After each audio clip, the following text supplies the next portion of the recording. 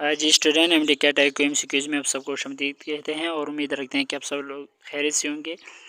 आज जो है हम वर्क एनर्जी एंड पावर की चैप्टर में से हमारा टॉपिक है work done in terms of the product of a force and displacement in the direction of the force. मतलब कि वर्क जो है हमारा आज का टॉपिक है, तो उसको जो है हमने पढ़ना है। तो बात यह है कि इसमें जो है हम टॉपिक की एक्सप्लेनेशन भी करेंगे और साथ में इसकी कुछ MCQs है वो भी करेंगे और इसके साथ साथ कुछ ट्रैक्स भी बताएंगे। तो स्टार्ट करते हैं। वर्क सबसे पहले इसकी डिफिनीशन है कि work done by a force and displacing an object is defined as the product of the displacement and the component of the force in the direction of the displacement is called work. मतलब कि अगर हमने work करना होता है तो हमारे यहाँ इस तरह होता है कि फोर्स और डिस्प्लेसमेंट जो है उसके दरमियान हमारे यहाँ एंगल जो हो वो 90 नहीं हो, मतलब कि परपेंडिकुलर इन ये दोनों जो है परपेंडिकुलर नहीं हो, तब हमारे यहाँ वर्क जो है वो होगा।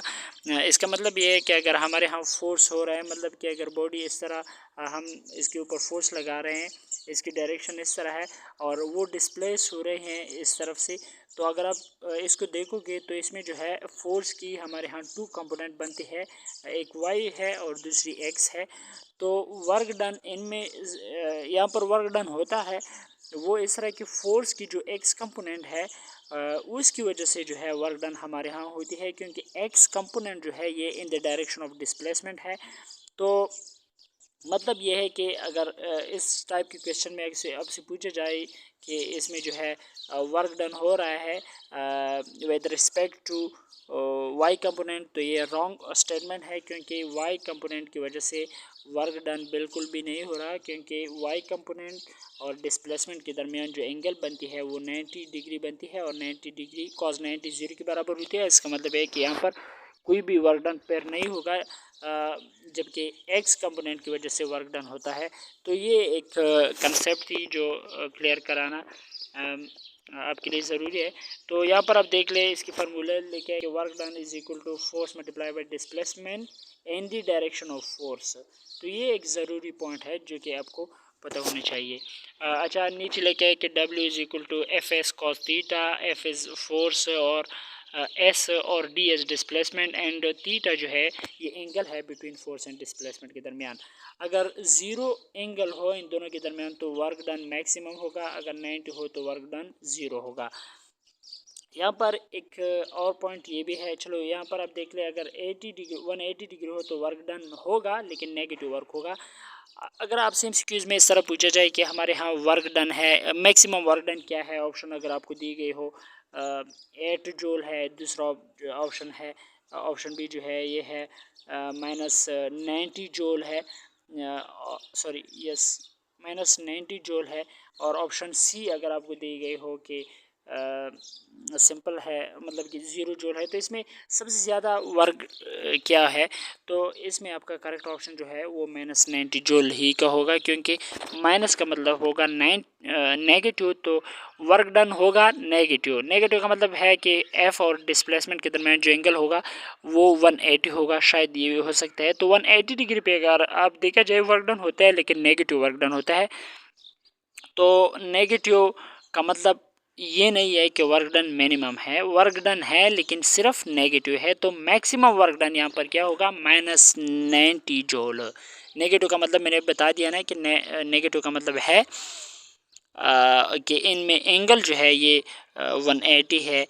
तो इस तरह की एंगल अगर हो तो मतलब कि फोर्स और डिस्प्लेसमेंट के दरमियान अगर एंगल 180 हो तो ये नेगेटिव वर्क होगा, जबकि मैक्सिमम से इस नेगेटिव का कोई रिलेशन नहीं है।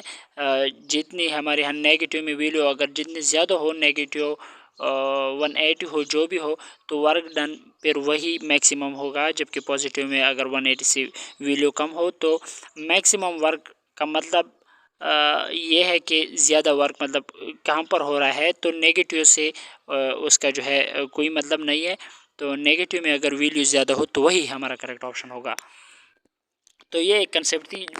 बाकी इसकी जो है मैंने अगर आप देखा जाए फोर्स एंड मोशन की चैप्टर में से मैंने उस पे जो है डिस्प्लेसमेंट टाइम ग्राफ उसकी टॉपिक को जो है डिस्कस किया हुआ है, वहाँ पर मैंने ये कहा है कि नेगेटिव का मतलब क्या है, नेगेटिव का क्या मतलब है, और मिनिमम इंक्रीजिंग और डिक्रीजिंग का क्या मतलब है, वो पॉइंट जो है वहाँ पर मैंने डिस्कस की है। तो यहाँ पर भी कुछ ना कुछ ये ऐड करना चाहता हूँ कि अगर हमारे यहाँ ये 4 क्वाड्रेंट है, 4 क्वाड्रेंट है, ये 1 है, 2 है, ये 3 है और ये 4 है। 1 क्वाड्रेंट और 3 क्वाड्रेंट में अगर कोई कंपोनेंट आती है तो वो पॉजिटिव होगा, और सेकंड और फोर्थ में अगर होता है तो ये नेगेटिव क्वाड्रेंट में, नेगेटिव क्वाड्रेंट है तो ये नेगेटिव होगा। तो इस तरह से अगर आप वो रिलेशन या वो वीडियोस अगर आप देखना चाहते हैं तो प्लेलिस्ट से वो आप हेल्प ले सकते हैं। अच्छा, तो मतलब कि नेगेटिव का मतलब आप वहाँ से आप समझ सकते हैं कि नेगेटिव का मतलब क्या है। अच्छा, यहाँ पर लिखा है so work as negative and said to be done, said to be done और द फोर्स। अच्छा, तो ये भी मैं आपको बताता चलूँ कि फ्रैक्शन की वजह से जो भी फोर्स होगा, जो भी वर्क डन होगा फ्रैक्शन फोर्स की वजह से, वो हमेशा के लिए नेगेटिव ही वर्क होगा। ये पॉइंट आपको पता होना चाहिए। अच्छा, नीचे लिखा है कि in S I the unit of work is joule and in C G S the unit of work is erg. तो ये दोनों पॉइंट आपको पता होना चाहिए कि जूल और एर्ग ये दोनों वर्क की ही यूनिट है। ये पॉइंट भी आपको पता होनी चाहिए। अच्छा, work done bye constant force, तो यहाँ पर आप देख ले ग्राफिकली वर्क डन जो है ये क्या है, वर्क हमारे यहाँ स्केलर क्वांटिटी है। तो work can be obtained from force displacement graph, the area under this graph is work, work is a scalar quantity. मतलब कि अगर ये फोर्स है और ये डिस्प्लेसमेंट है, तो यहाँ पर अगर आपने वर्क डन मालूम करना हो तो ये बराबर हो जाएगा एरिया ऑफ रेक्टेंगल, जो कि यहाँ पर आपको दिखाई दे रहा होगा ओ ए तक। इसको आपने मल्टीप्लाई करना है ए बी के साथ, तो इन दोनों को मल्टीप्लाई करें आपको वर्क डन जो है वो निकल आएगा। अच्छा, work done by variable force है, उसके लिए एक फार्मूला है, आपने ये याद रखना होता है। अच्छा, नीचे एक एग्जांपल है, क्वेश्चन है एमसीक्यू, इसमें कहा जा रहा है कि a box of mass 1 kg is pulled on a horizontal plane of length 1 metre by a force of 8 newton, then it is raised vertically to a height of 2 metre, the net work done is. तो student, यहाँ पर इसकी solution भी आपको दिखाई दे रहा होगा, लिखी हुई है। तो सबसे पहले अपने वर्क डन क्या करना है, हॉरिजॉन्टली कितना वर्क हो रहा है हमारे यहाँ, तो इसमें जो है एफ और एस को हम मल्टीप्लाई करेंगे तो 8 multiply by 1 that will be 8 joule.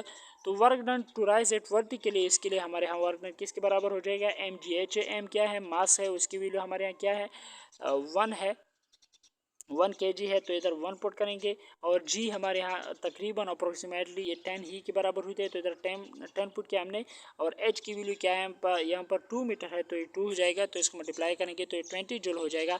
तो नेट वर्क डन यहाँ पर 8 जूल था हॉरिजॉन्टल की वजह से, और वर्टिकल की वजह से कितना आ रहा है 20। तो इन दोनों को अगर हम ऐड करेंगे तो हमारा करेक्ट आंसर क्या आता है 28 जूल। अच्छा, तो ये एक क्वेश्चन था। क्वेश्चन नंबर सेकंड अगर आप देख ले, यहाँ पर लेके क्या 10 kg mass moves along x axis at its acceleration as a function of its position is shown in the figure. What is the total work done the mass by the force is the mass moves from x0 to x8 centimetre. यहाँ पर आप देख ले, यहाँ पर triangle बना रहा है, तो ट्रायंगल के लिए सिंपल से हमारे यहाँ एक फार्मूला है कि आप देख ले यहाँ पर क्या है, मास है multiply by chord area between the graph and displacement axis on acceleration time graph। तो यहाँ पर आपने मास लिखी, मास कितना है, यहाँ पर देख ले 10 kg है, multiply by half base multiply by height कर ले, तो बेस क्या है, बेस ये है ना, तो ये 8 सेंटीमीटर है, सेंटी की जगह हमने 10 के पावर -2 लिखा, और इस तरह मल्टीप्लाई बाय हाइट की कितनी है, हाइट 20 तक है, तो 20 मल्टीप्लाई बाय 10 की पावर -2 इसलिए लेगा कि यहाँ पर सेंटीमीटर पर सेकेंड है। तो इसका आंसर जो है वो आपको यहाँ पर दिखाई दे रहा होगा, 8 मल्टीप्लाई बाई 10 के पावर -2 जूल ही आ रहा है।